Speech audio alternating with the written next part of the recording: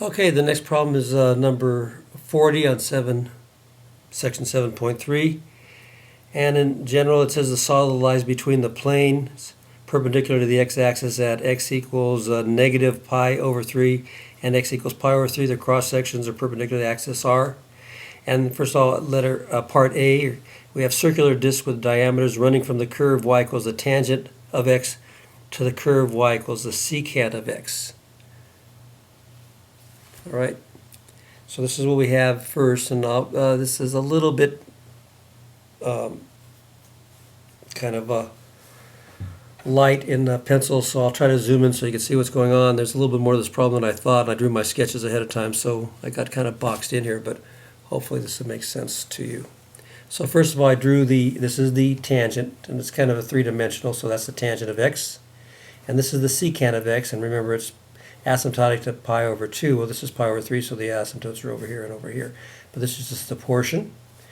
And I think they intersect over here at pi over 3. And what you can do is you can look at these circles, and they're going to be, the first are going to be a circular disc, so you can just see the upper part. And remember, the diameter of these circular discs is just going to be the top curve minus the bottom curve. So this is the diameter. Try to zoom in a little bit here for you. So the diameter equals the top curve minus the bottom curve, and the top curve was the secant of x, and the bottom curve was the tangent of x.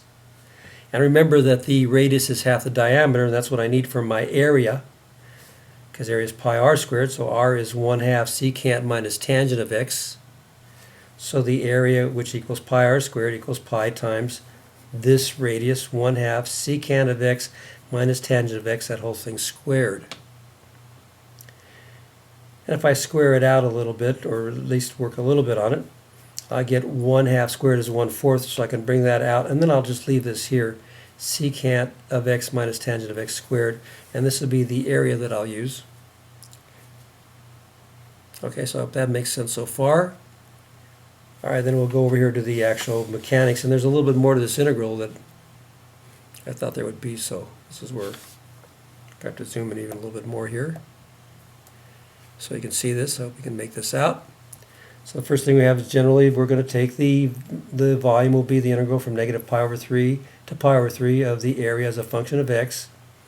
And this is where I got the pi over 4 times the secant of x minus the tangent of x squared dx, and I'm going to integrate that from negative pi over 3 to pi over 3. I'll take the pi over 4 out, and then I'll multiply this out just as a binomial squared, so I get the secant squared minus 2 secant of x tangent of x plus the tangent squared of x dx.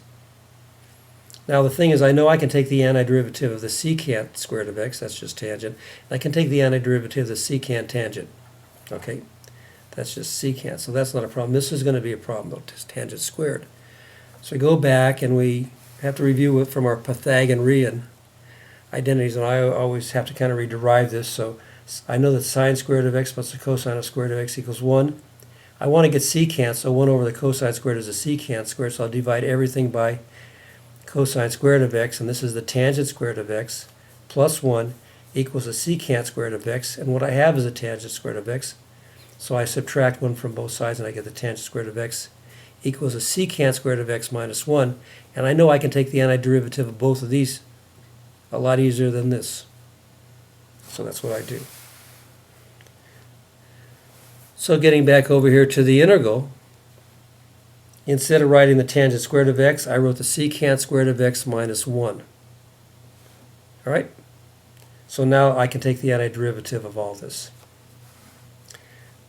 Okay, I was kind of running out of room, so I kind of didn't combine when I could have, but you can see what's going on here. So if I take the antiderivative of this, I still have the pi over 4 in front, and the antiderivative of the secant squared is just the tangent of x.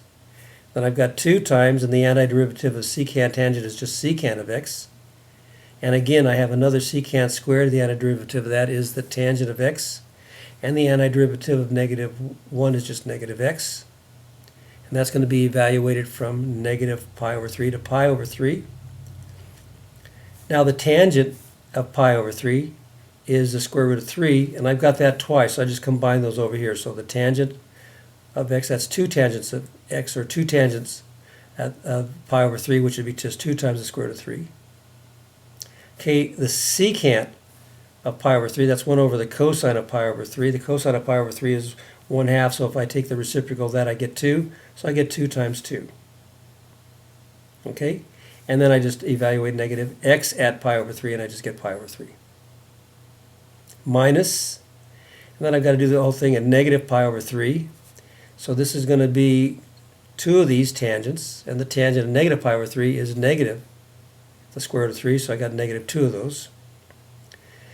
Now the secant, which is 1 over the cosine, that's going to be pi over 3 and negative pi over 3 are going to be in the first and the fourth quadrant, so those are the same. So the cosine has the same sign in both those quadrants. It's positive, so that's not going to change.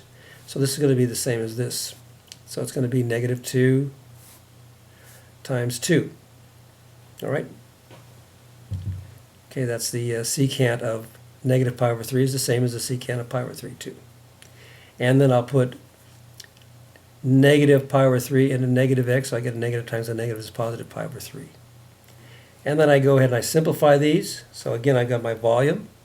Let me bring this up a little bit more. So volume equals pi over 4. And then I've got 2 times the square root of 3, a minus times a minus is a positive. Another 2 times the square root of 3 is 4 times the square root of 3.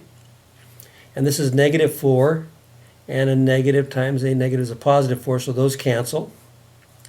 And I've got a negative pi over 3, and another negative times a positive is a negative pi over 3, so I got negative 2 pi over 3.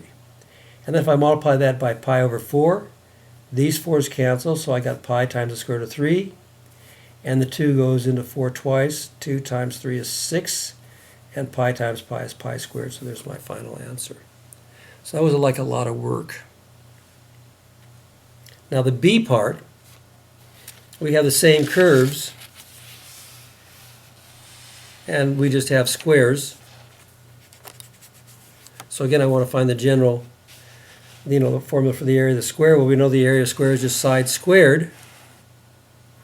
And again, that's going to be top curve minus bottom curve, which will be secant of x minus the tangent of x. All right? So the area of the square as a function of x is just side squared. So that's just going to be secant of x minus tangent of x. Well, that's basically what we had up here in the A part, except the only difference was we had this pi over 4. So we don't have the pi over 4, so we can do basically everything's the same except with the factor of a pi over 4.